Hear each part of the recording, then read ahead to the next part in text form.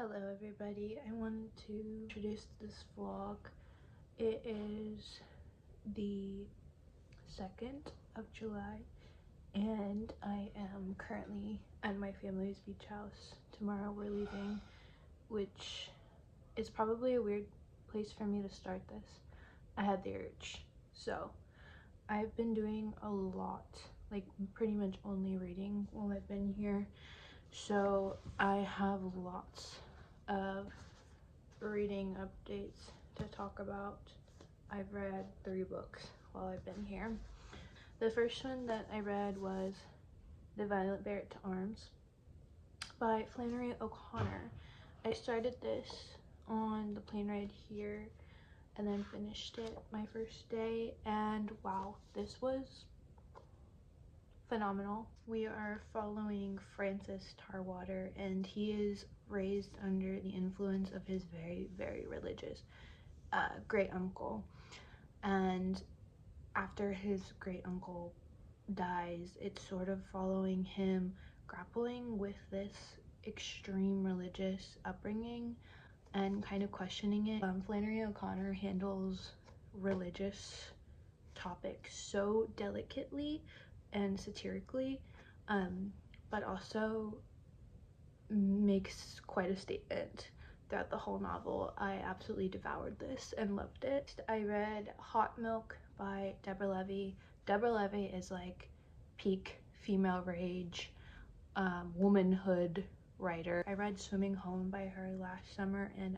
it was a 5-star read. One of my favorite books ever. This is following Sophia, who is the caregiver to her ailing mother who's suffering with this very mysterious illness, and the two of them end up flying to Spain to start seeing this doctor, and it just follows Sophia kind of coming to terms with her life. She's 25, she has an anthropology degree, but she's not using it. She's working at a coffee shop. So she goes to Spain, and while her mother's being taken care of by this doctor, it's just about her meeting people. She ends up meeting this beautiful like Swedish woman on the island, and there's talk about sexuality and love and growing, finding your place in the world, coping with life. It also talks a lot about motherhood and how our mothers influence us. Absolutely wonderful. Deborah Levy, like I said, is amazing at writing female characters and writing female stories. I need to pick up more of her stuff. I've read the first part of her memoir. She has 4 books in her memoir. I read the first one, and then as I said, I read Swimming Home last summer. It was 5 stars. Absolutely loved it.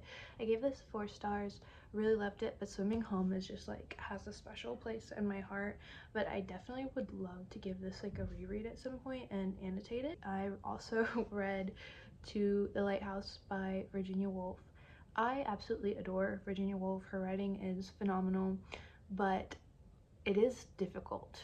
I've read a ton of classics, and I read voraciously, but I still struggle whenever I pick up a Virginia Woolf novel. I think it's because her writing oftentimes is very much stream of consciousness, so it can be hard to follow at times. To the Lighthouse is following this family living on a coast in Scotland for the summer at the summer house, and they usually have a few people who stay with them, and it's following members of the family and the people who stay with them, and it's very much stream of consciousness. We're following the characters' inner monologues, how they're observing one another. It focuses heavily on the mother of the family, Mrs. Ramsey. At one point it goes into discussions on the war and what the war does to the family in the house. It was beautiful, but I do feel like I need to reread it. It was one of those books that as soon as I finished it, it was like, wow, that was great, I loved it, I need to open this up and start it again and dissect it heavily. And that is how I feel with pretty much every Virginia Woolf novel. It's difficult, but it's so worth it in the end. For my last reading update, I have been reading simultaneously to all of these other books. I have been reading The Well of Loneliness by Radcliffe Hall, which is one of the first major lesbian novels, I believe, and it kind of struck a whole big thing when it was first published. It was banned for being explicit, even though it's not explicit in nature. But we're following Stephen, who is queer, she's lesbian, and it's just following her life. Gorgeous. I have about 100 pages left in this. My book goal is to finish it on my flight back home tomorrow. And then my next reading plan after that is The Shining by Stephen King. I am in a summerween mood. It is Halloween in my head and I need something spooky, so we're picking up The Shining because I've never read this before. I love the movie, one of my absolute favorite horror movies ever. Brilliant. So I want to read the book and kind of see how it compares to the film. But yeah, so the rest of the night I am going to chill. I have packed all my things. I'm just gonna chill in bed, enjoy the ocean while I have it. And then my flight tomorrow isn't till late, so my mom and I are going to go spend some time in one of the little towns in the area, go to a few bookshops, some antique stores, get some coffee. So yeah.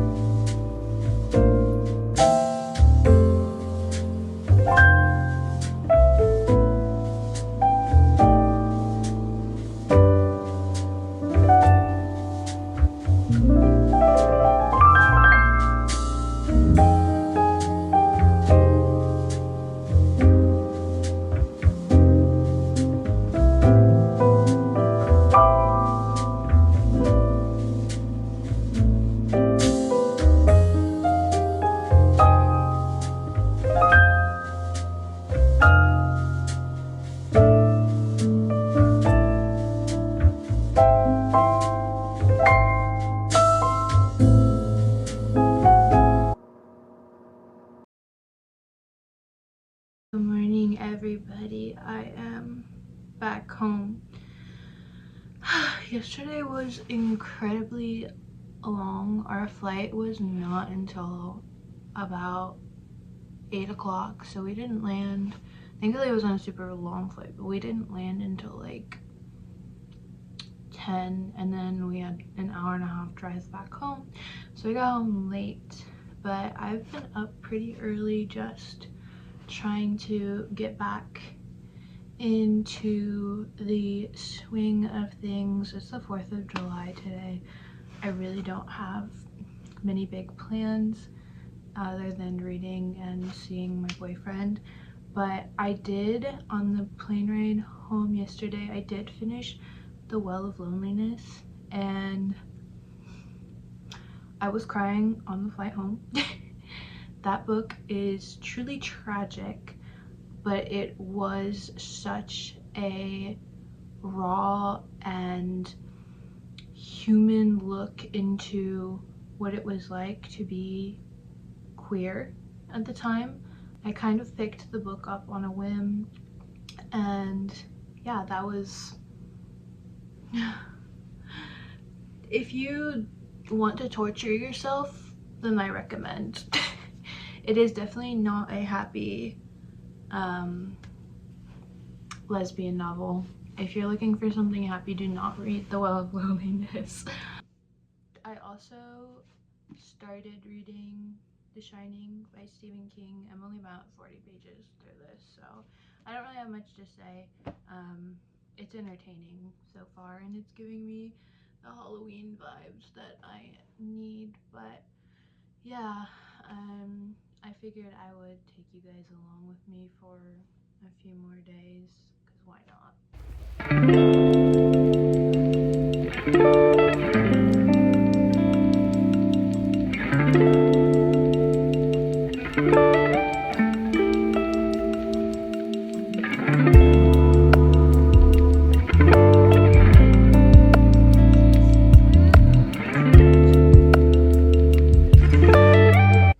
Okay, so I do have a book haul that I wanted to share with you guys.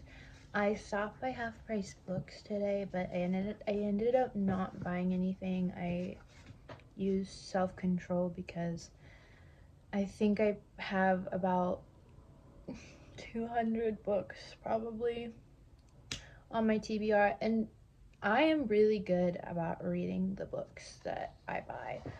But anyways, all this to say, I have a book haul from the last like month or so. I try my best to really only buy used books. So from Pingo, I bought Mrs. Dalloway by Virginia Woolf. In the beginning of this vlog, I talked about how I read To the Lighthouse, and I surprisingly haven't read Mrs. Dalloway, nor did I have a copy of it, and I've been really wanting to dig my claws into this one. I've heard that this is a lot easier than some of her other works that I have read, so I'm really excited to read this. Next, I have The Safe Keep. I saw this on one of my mutuals' queer book recommendation lists, and I love historical fiction, and I love queer stories, so I thought that this would be really interesting. I think this is fairly popular, but I hadn't heard of it until recently. It's 15 years after the Second World War, and Isabel has built herself a solitary life, with discipline and strict routine in her late mother's county home, with not a fork or a word out of place, but all is upended when her brother Louis delivers his graceless new girlfriend Ava at Isabel's doorstep. As a guest there to stay for the season, in the sweltering heat of summer, Isabel's desperate need for control reaches a boiling point, and what happens between the two women leads to a revelation that threatens all she has ever known. So this sounds like a really good summer read, so I'll probably have to read this soon. Next, I bought Howl's Moving Castle. I have been really craving just a fun, mindless fantasy, and I love the film. So Howl's Moving Castle, it's one of my favorite Ghibli films, and one of my favorite films ever. I've heard the book is different than the movie, but I still really was craving just like something fun and a little bit mindless, something. I've been reading a lot of heavy books recently, and I need just something that's gonna cleanse my palate, so I'm really excited to read this. These are the two books that I bought yesterday at the bookstore, and I'll save my like one that I'm super excited about for last. So I got The Fixer, and this is by Bernard Malamud. I might be butchering that. But this is a set in Kiev in 1911 between the 1905 revolution and the overthrow of Russia's last Tsar. Is a medieval city full of wild superstition and mysticism, and a cauldron of anti-Semitism. When a 12-year-old Russian boy is found stabbed to death, his body drained of blood, the Jews are accused of ritual child murder. Me. God, it's not funny, but just like the dichotomy between this and this is kind of throwing me off a little bit. But this sounds, I've never heard anybody talk about this, but this sounds incredibly interesting. Guys, I'm so excited about this. You have no idea. So one of my favorite books in the entire world is Wuthering Heights. I love that book to my soul, like to my core. I love that book. So I collect editions of it, and I found at this bookstore just the most gorgeous used edition of Wuthering Heights. And it has these beautiful illustrations in it, like, oh my gosh, look at these end pages. It's just the book with just like, let me see if I can find one, just like beautiful illustrations throughout. It's gorgeous. I'm so pleased with this purchase. I'm very excited. My mom, she is a Charlotte Bronte girl, so she loves Jane Eyre, and they had a Jane Eyre edition. So I got the Wuthering Heights and she got the Jane Eyre, and we both have beautiful illustrated editions now. But yeah, that's my little book haul. I really need to stop purchasing books, but I love a used bookstore more than anybody in the entire world. I think it's just such a treasure hunt. It's so fun. I journaled a little bit. I kind of want to go for a walk tonight, so we'll see. It's been pretty hot here, but I think once the sun goes down, it'll be a little bit cooler, so I might go for a walk.